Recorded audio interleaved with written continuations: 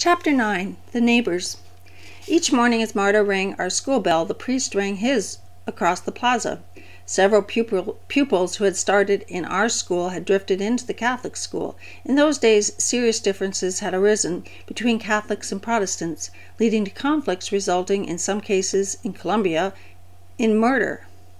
Not surprisingly, we Banquistas, the Indians' garbled pronunciation of evangelistas, were wary, as were Los Catolicos. It was not easy for either group to trust the other. The teacher in the priest's school was a former nun who had switched to Protestantism and back again to Catholicism. She felt that we foreign women were guilty of hypocrisy, heresy, and a lack of discipline. Perhaps we would have felt the same about them.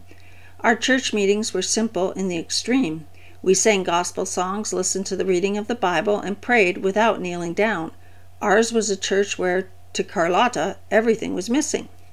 "I have founded a proper school," she wrote in a pamphlet she distributed. "I am confident that our holy religion will be known, loved, and respected. The school now has 23 children. May all be for the glory of God and for our good mother, the Virgin Mary." It was true that she had 23 children. We had about a dozen. We saw little of her, but heard often that she was doing all she could to discourage people from sending their children to our school or from attending our meetings. She was a woman of great spirit, young, vigorous, black-haired, and with high coloring, and whenever we did catch a glimpse of her, she seemed to be in a great rush, her black habit, for she was dressed as a nun again, billowing behind her and her head thrown back. It looked to me as if we were locked in combat between truth and falsehood, from which falsehood was likely to emerge victorious. But Doreen took no such view. She was as much a crusader as Carlotta, equally convinced about her vocation and the truth of her message. Her conviction that Carlotta would not trouble us for long gave heart to the rest of us. When we had our evening prayer meeting, we could hear the rosary being said across the clearing. A child who had been dozing on the bench suddenly sat up and began to giggle. Then, in a loud, clear voice, he said, "Ah, listen to how the priest sings." It was strange to a little boy who knew only our gospel songs. Everyone was amused, but I recoiled. Even the sight of the priest and nuns across the clearing made me uneasy. Their work, it seemed to me, could not be the work of God. Would it finally vanquish ours? We struggled to keep a grip on those whom we thought of as our people. Another neighbor, one we thought of as part of our missionary family, was Soledad. She was an old Colorado woman who, for some reason, spoke enough Spanish for us to understand and communicate with her. She cooked for Barbara. One morning, she sent word that she was afraid to come to the clearing by herself. She lived perhaps an hour's walk away. I was free and went to get her. As we came back along the trail, she chattered away in her odd Spanish with a Colorado intonation pattern. She had a machete in her hand and used it as we walked to hack at an overhanging branch or cut a few steps for her feet in the bank of a stream. I was wondering what had made her afraid on this particular morning. She had always come by herself before, but I did not ask. Occasionally she lifted a leaf with the machete to make sure there were no snakes hiding underneath. We sat down for a moment on a log, and she scratched her gnat-bitten legs with the blunt side of the implement. The priest said, "Don't work for those devils," she said suddenly. "For us?" I asked.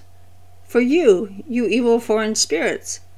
She held up a small foot and slowly scraped the mud from it with her machete. "You will be cursed if you disobey," he told me. "And do you believe him?" I asked. "His word is strong," she said. "Today I will cook. Tomorrow, who knows?" Our next-door neighbors on one side were a white Ecuadorian family who ran a cantina, a small saloon, which produced a great deal of noise at night. We would watch the arrival of kegs and boxes by mule or donkey, and an odd assortment of men who came and went, but we hardly glimpsed the residents themselves. I wondered if we should go over there. It was the wrong sort of place, full of the wrong sort of people. But what sort, after all, was our gospel meant for? On the other hand, what would people say if the foreign senoritas were seen visiting the cantina? I remembered, however, from the missionary books of my childhood, pictures of redoubtable females storming saloons in the name of the Lord. They never stopped to worry about what people would say. They had something to say themselves. We had enough work to do, work that each of us had been specifically assigned. We must be careful not to spread ourselves too thin. None of us even went to the cantina, but at night I would lie in bed listening to the din, and I would pray for them. One night we were awakened by a burst of sweet song accompanied by a guitar and maracas. A group of young men stood by our gate and sang tragic songs of love. Dorothy and I were not sure how to respond to a Spanish serenade, to appear and thank them, or to pretend that we hadn't noticed. I think we thanked them from the dark windows of our house. On the other side of Barbara's house lived an extremely poor Colombian family of Protestants who had fled their country because of persecution by the Catholics. They had brought almost nothing with them except their faith and a great willingness to work. Adelina was the daughter of this family, and through her we came to know how they lived. They had 2 rooms in their board house. 8 people lived in these rooms, and their furniture consisted of 2 wooden boxes, 1 board, and 8 straw mats for sleeping. They also owned 8 plates and spoons, 3 cooking pots, 1 large knife, 4 blankets, and a Bible. I think that was all, except for their scruffy clothes. No one in the family had shoes. They spent their days working in the plantain plantations that belonged to others. They had no diversions except reading the Bible. They had no oven and no money to buy bread, so their menu consisted of plantains, roasted, cooked in ashes, boiled, 3 times a day. The few sucres they earned were spent on kerosene, salt, and beans. Poverty took on a new meaning for me when I came to know this family. Compared with them, the Colorados, the poor Indians as I had thought, were vastly wealthy. But so far as I could tell, the Colombians did not think of themselves as destitute. They were literate Christians, devout and spiritually discerning. The father of the family, Don Miguel, was a leader in the assembly, a man rich in faith. It was a healthy thing for us when we felt any deprivation, such as when the iron refused to function or the typewriter ribbon got moldy, to take stock of Don Miguel's household. One of the gayest and liveliest additions to the life of the clearing was Vicente. He was a Colorado boy whom we guessed to be about 7, who lived with Barbara. His grandfather was a witch doctor of much renown, and the Indians came even from the High Sierra to be treated by him. Vicente's stepfather, who had a new wife and was anxious to be free of the responsibility of his dead wife's son, had consented to let Barbara take Vicente and put him in school. This was a new departure altogether, since no Colorado had ever gone to school. Barbara hoped that Vicente would open the way. The child lacked any hint of self-consciousness or guile. His black eyes looked straight at you and would twinkle in a most disconcerting way, as if he saw with perfect clarity anything you might be trying to hide. He spoke Spanish haltingly when he first came, but picked it up with astonishing ease along with a few English phrases. I could not resist taking advantage of his gift for mimicry, and to tease Doreen and Barbara, I taught him to say overalls exactly as the British say it.